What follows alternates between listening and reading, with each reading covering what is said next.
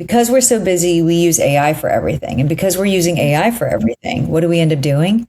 We're not outsourcing tasks. We're actually outsourcing our thinking. And the more you outsource your thinking to AI, the more codependent you become in it. The more codependent on it, well, the more you actually lose your own executive functions and your ability to think deeply and critically and independently.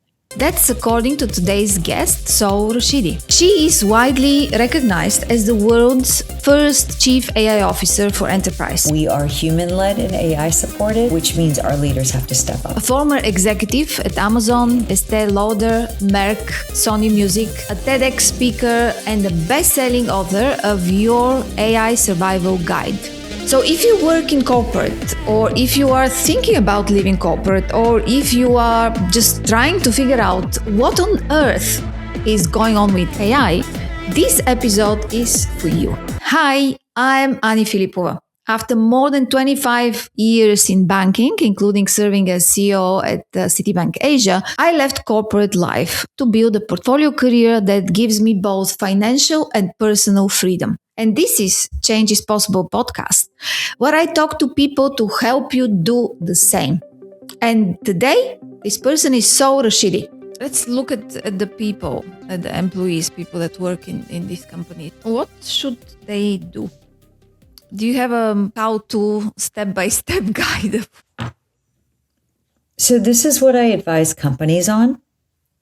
And it does take a degree of customization because depending on their internal values, depending on their business model and operating model, depending on their industry and how regulated it is, depending on how much they've invested in their data environment, their infrastructure, the answer is going to be different for them. Mm-hmm. But for individuals, right? So I'm a mom of two. Whether you have whether you have nieces, nephews, kids, or you're leading and managing younger individuals, and even for yourself, there is no other way to keep up than to legitimately block time in your calendar just to learn. And when I say learn, it's fine if you're going to go on YouTube and go down the rabbit hole of YouTube of how to build agents. What are agents? What are the orchestration layers in agents? What are the different security layers in agents? Whatever it may be, you pick your soup du jour. You pick your topic of choice. We are not in a place where you can fake it and make it anymore. The taglines and the clickbaits, like those are going to get old really, really fast. And this is moving much quicker. So you have to invest in yourself. You have to block time to learn. And when I say learn, I don't mean multitask with your phone and computers. You get a Slack message, an email, a text, a WhatsApp, whatever it may be. It is a concentrated, focused effort of 90 minutes to 120 minutes of learning something new or expanding the foundation of what you've learned the prior week and continuing to learn. Now, what's interesting is it sounds so easy. You'd be amazed at how many people can't sit there for 90 minutes and actually try and learn something. We've lost that ability. So it's learning to learn, learning new subjects, building back mind maps, understanding how to recollect, not memorize, and being able to reflect on the stuff that you've learned. And it doesn't matter what it is that you're interested in. There's no other way to keep up if you don't carve out space to understand what the latest and greatest is and become knowledgeable about it. But the challenge that we have is we're so busy, our calendars are so full that we actually end up doing it the opposite way. Because we're so busy, we use AI for everything. And because we're using AI for everything, what do we end up doing? We're not outsourcing tasks. We're actually outsourcing our thinking. And the more you outsource your thinking to AI, the more codependent you become in it. The more codependent on it, well, the more you actually lose your own executive functions and your ability to think deeply and critically and independently.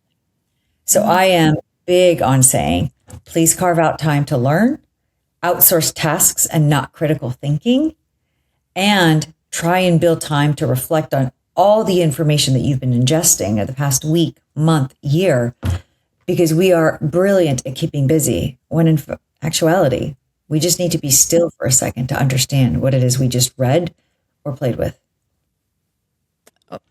Absolutely. Carving out time is crucial. And you're right, we're so busy. I remember going back to my corporate years. I was sitting one day with my boss, and he said, well, you know what, you have to carve out time to learn this, this, and that. And I was like, when? When? But then, When? You don't have time. yeah, Like, are you exactly. But kidding me? You just gave me 3 things. We had yeah, 6 strategic initiatives. AI just came. Now we have 7 exactly. strategic initiatives, and I was already short of time. Oh, and there's an impatience. And you're saying you have to carve out time, but every time I carve out 2 hours, you just block over it. Yeah, I, exactly. I agree. It's in complete contradiction. But the thing is that what I did at that time was I just went back and I really sat one weekend and I was looking at everything I do. And I was thinking, why I'm doing this? Can somebody else do that? Well, I was in a senior position, but still, I mean, you have to do it. Yeah. And this is how I carved out time. And I remember that very well. And this Yeah. is how I approach everything because it's so easy to say, oh, I don't have time.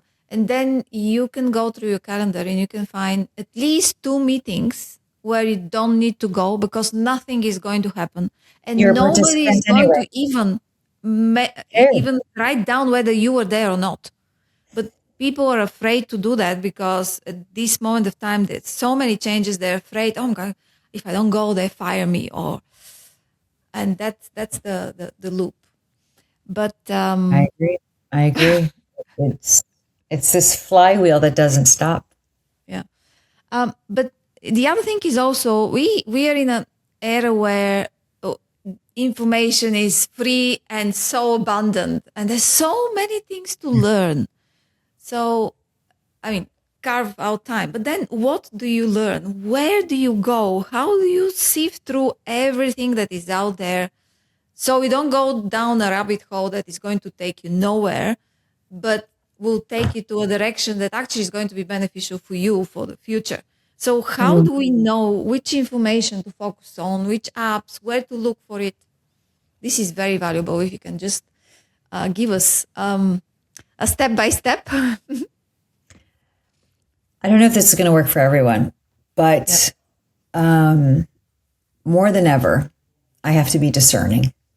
And over the years, in our busy culture, if you will, we've given up our sovereignty and ability to say no to things that just create noise, which by default evaporates the ability to pick up signal from noise.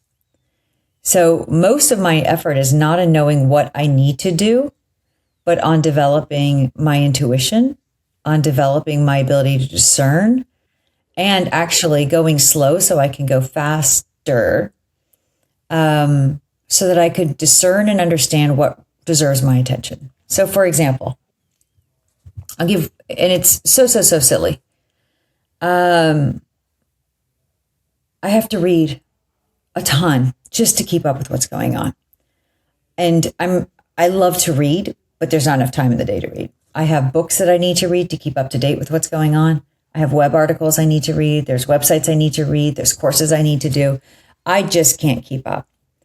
But quite frankly, not all of it is of phenomenal quality. Some of it is so high level. Some of it is regurgitation of something else. And I'm like, why waste my time? I just wasted several hours only to learn this is BS, or this is too high level, or this isn't what I wanted.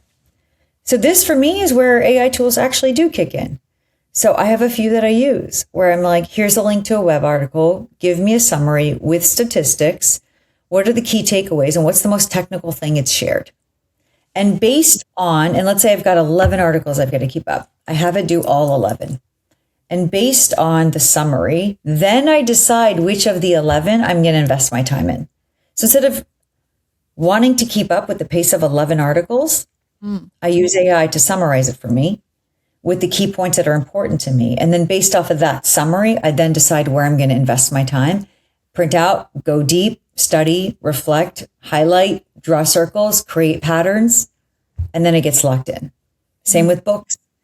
I have stacks and stacks and stacks of books I need to read and want to read. But not all books have amazing authors, and some of them have phenomenal authors. So I do the same thing.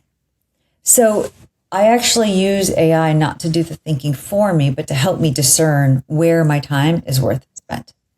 And I don't follow influencers or clickbaits or the Instagram reels of like, follow me, 3 steps to a better AI future. I don't. I don't. For me, sometimes I'm in more of a technical mood. Other times I'm in more of a strategy mood. So I pick and choose, but I do use AI to filter so that I could discern and decide where to spend my time.